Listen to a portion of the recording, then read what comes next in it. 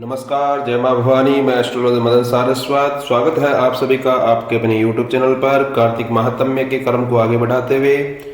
आज कार्तिक महात्म्य का 25वां अध्याय। चलिए बढ़ते हैं कथा की ओर। तीर्थ, व्रत और दान आदि के करने से समस्त पाप नष्ट हो जाते हैं, मगर प्रेत योनि में रहने वाले को इसका अधिकार नहीं है। परंतु तुम्हारे दुख को देखकर मैं अत्यंत दुखी हूँ और तुम्हारा दुख दूर किए बिना मुझे संतोष नहीं होता है। तुम्हारे पाप बड़े भारी है, क्योंकि यह तीनों योनियां बहुत बड़े पाप करने वालों को ही प्राप्त होती है।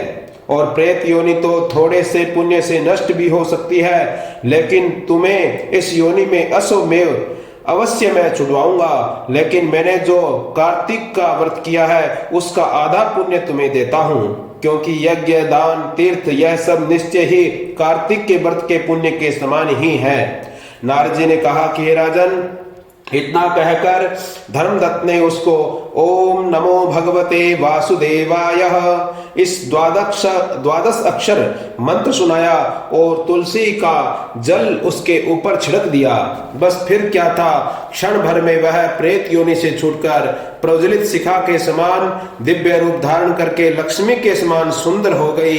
और वह धर्मदत्त को दंडवत प्रणाम करके प्रसन्नता से गदगद होकर बोली कि हे ब्राह्मण, हे विप्रवर, आपके आशीर्वाद से मैं इस घोर नरक से छूट गई हूँ। मुझे पाप सागर में डूबती हुई के लिए आप नौका के समान आए हैं। नारद जी ने कहा कि हे राजन, अभी अल्लाह इस प्रकार कह रही थी कि वहां पर भगवान विष्णु का एक गण देदीप्यमान विमान लेकर आया।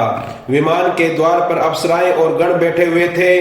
धर्मदत्त ने उन सबको देखकर दंडवत प्रणाम किया और पुण्यशील और सुशील नामक भगवान विष्णु के गणों ने धर्मदत्त को अपने हाथों से ऊपर उठाकर उनका अभिवंदन और उनका नमस्कार किया। हे द्विजश्रेष्ठ, आप धन्य हैं जो कि आप सदा भगवान विष्णु के व्रत और कथा सेवा में लगे रहते हैं। आप सर्वदा दीन दुखियों पर दया करने वाले हैं। आप में जो अपने बाल्यकाल में पवित्र और शुभ कार्तिक व्रत किया था, आपके उसके आधे फल से कलहा के पूर्व जन्म के एकत्रित किए पाप सब नष्ट कर दिए हैं। यही नहीं, आपकी कृपा से सैकड़ों जन्म के पाप नष्ट हो गए हैं। आपके जागरण आदि के करने के पुण्य प्रभाव से आकाश मंडल में यह विमान आया है। हे ब्राह्मण, अब हम इसके भांति भांति के भोगों से युक्त बैकुंठ में ले जा रहे हैं आपको। आपके दान पुण्य के प्रभाव से, कार्तिक व्रत या तुलसी पूजा के प्रभाव से यह अब भगवान विष्णु के निकट रहेगी। आप भी इस जन्म के पश्चात अपनी दोनों स्त्रियों सहित बैकुंठ लोक में भगवान विष्णु के समीप रहोगे और मुक्ति प्राप्त करोगे। हे दया सागर, वह मनुष्य धन्य है जो जन्म उन्हीं का फलीभूत होता है जिन्होंने तुम्हारी तरह भगवान विष्णु की भक्ति की है। क्योंकि भगवान विष्णु अपने भक्तों का भला क्यों क्या नहीं देते हैं, वह सब कुछ देने वाले हैं। जिन्होंने प्राचीन काल में उतानपाद के पुत्र ध्रुव को स्थान में पहुंचाया था, ध्रुव को अटल स्थान दिया, जिसके स्मरण मात्र से प्राणियों की सदगति हो जाती है। प्राचीन काल में भगवान विष्णु के केवल अपने नाम स्मरण से ही ग्राह द्वारा पकड़े हुए हाथी को हस्ती योनि से मुक्त करके जय नाम देकर अपना पार्षद बना लिया था। तुमने उसी विष्णु भगवान की सेवा की है, इसी से तुम अपनी पत्नियों सहित 1000 वर्ष तक विष्णु भगवान के समीप रहोगे। जब तुम्हारा पुण्य क्षीण हो जाएगा, तुम पृथ्वी लोक पर सूर्यवंश में अपनी दोनों स्त्रियों के साथ दशरथ के नाम से प्रसिद्ध राजा कहाओगे। तथा यह कलहा तुम्हारे आद्य पुण्य की भागीदारी होने के नाते से तुम्हारी तीसरी भार्या होगी।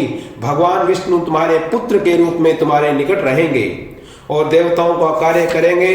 भगवान विष्णु को प्रसन्न करने वाले तुम्हारे कार्तिक वर्ष से अधिक महत्वपूर्ण यहाँ दान, तीर्थ और कोई भी नहीं है। हे दया सागर, तुम धन्य हो, क्योंकि तुमने जगत गुरु भगवान विष्णु को प्रसन्न करने के लिए कार्तिक का व्रत किया, जिसके आधे पुण्य फल की भागीदारी इस कलहा को बनाया है। इस समय हम अपने साथ विष्णु लोक ले जा रहे हैं कला को भी। बोली विष्णु भगवान की जय हो, नारायण भगवान की जय हो, वासुदेव भगवान की जय हो।